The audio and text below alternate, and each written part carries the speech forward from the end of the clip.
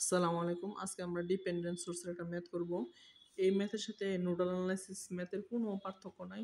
সব same math, হ্যাঁ? এখানে জাস্ট একটা কি ডিপেন্ডেন্ট সোর্স আছে দেওয়া আছে। দেখেন এখানে দেওয়া আছে।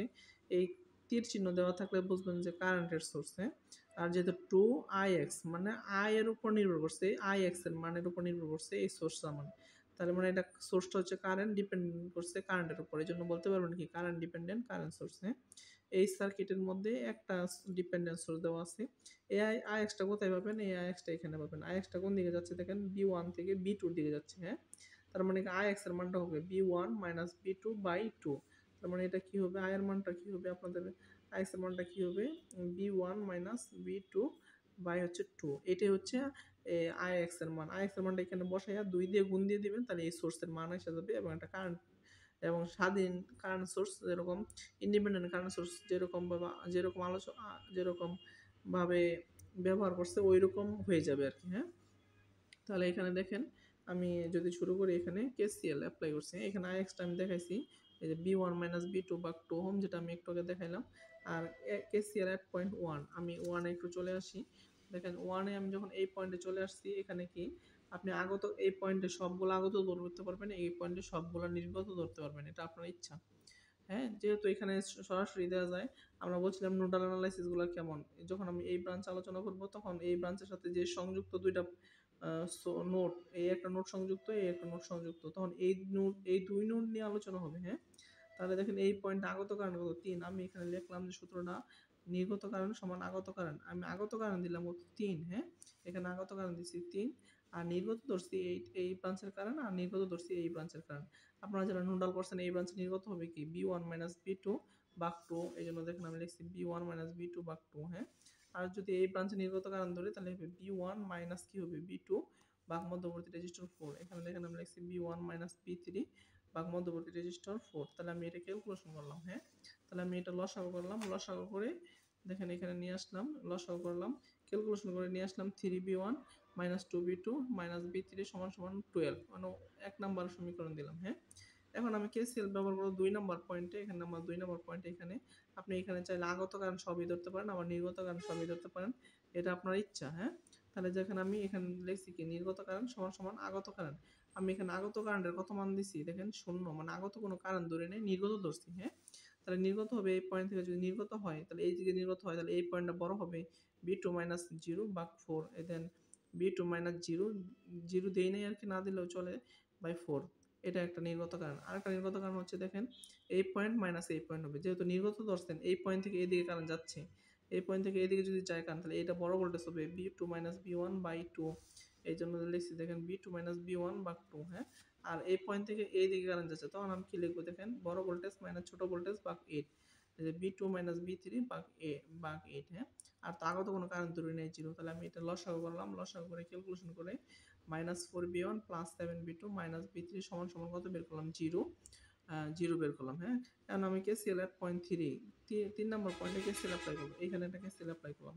আর এটার সাথে দেখেন একটা কারেন্ট সোর্স আছে। এই সোর্সটা কি এই পয়েন্ট থেকে কারেন্ট বের হয়ে এই সোর্সের দিকে আসতেছে। তাহলে আমি এখানে নির্গত কারেন্ট সমান সমান কি দিলাম? আগত কারেন্ট, হ্যাঁ?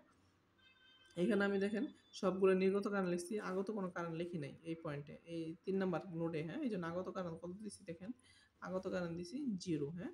তাহলে আমি সবগুলা নির্গত লিখছি, মানে এই পয়েন্ট থেকে নির্গত হচ্ছে। তাহলে এই পয়েন্ট থেকে নির্গত হচ্ছে কত? 2ix। তাহলে আমি যেমন লিখলাম দেখেন 2ix যোগ, হ্যাঁ? আর এই পয়েন্ট থেকে এই কারেন্টটা যেহেতু নির্গত হচ্ছে, তাহলে আপনি কি দিতে লিখবেন? বি3 মাইনাস বি2 ভাগ 8। তাহলে দেখেন এখানে লিখছি বি3 মাইনাস বি2 ভাগ 8 যোগ, হ্যাঁ? আর এটাও যেহেতু নির্গত লেখছেন, এটা যদি নির্গত লেখছেন, তাহলে এই পয়েন্টটা বড় হবে অবশ্যই, যেহেতু আমি দৌড়েছি আর কি, হ্যাঁ? তাহলে বি3 মাইনাস বি1 ভাগ মধ্যবর্তী রেজিস্টার 4। তাহলে বি3 মাইনাস বি1 ভাগ মধ্যবর্তী রেজিস্টার 4। তাহলে আমি এটা ক্যালকুলেশন করলাম। তাহলে দেখেন এটা নিয়ে আসলাম 2 আইএক্স এর মানটা একটু আগে দেখাইছিলাম, আইএক্স এর মানটা বি1 মাইনাস বি2 ভাগ 2। এই উপরের আর নিচের 2 কাটা গেছে, হ্যাঁ? তাহলে আমি আবার লিখলাম এখানে, লেখার পরে দেখেন ক্যালকুলেশন করছি 6b1 minus 9b2 plus 3b3 সমান সমান 0। তাহলে সমীকরণ 1 এবং 2, 3 সমাধান করে পাই, হ্যাঁ? যারা 3টা ইকুয়েশন সমাধান করতে পারেন না, তারা একটু মনোযোগ সহকারে দেখেন, আমি এখানে দেখাই দিব আর কি কিভাবে সমাধান করতে হয়। যারা 3টা ইকুয়েশন সমাধান করতে পারেন না, তাদের জন্য আমি এটা দেখাচ্ছি। তাহলে প্রথমে আপনি এখানে চলে যাবেন। এটা আছে মেনু, হ্যাঁ? সেটআপ এখানে দিলেন, হ্যাঁ? তারপরে এখানে চাপ দিয়ে এখানে আসবেন ৯ নাম্বার না সরি আসছে ইকুয়েশন। তাহলে আমি চাপ দিলাম এখানে, হ্যাঁ? চাপ দেওয়ার পরে দেখেন ১ নাম্বার সিমাল ইকুয়েশন আসছে, ২ নাম্বার পলিনোমিয়াল ইকুয়েশন আসছে। তাহলে এটা হচ্ছে আমাদের কি? আপনার হচ্ছে ১ নাম্বার নিবেন সিমাল ইকুয়েশন। তাহলে আমি এখানে ১ চাপলাম, হ্যাঁ? ১ চাইপা দেখেন আসছে সিমাল ইকুয়েশন নাম্বার অফ আননোন।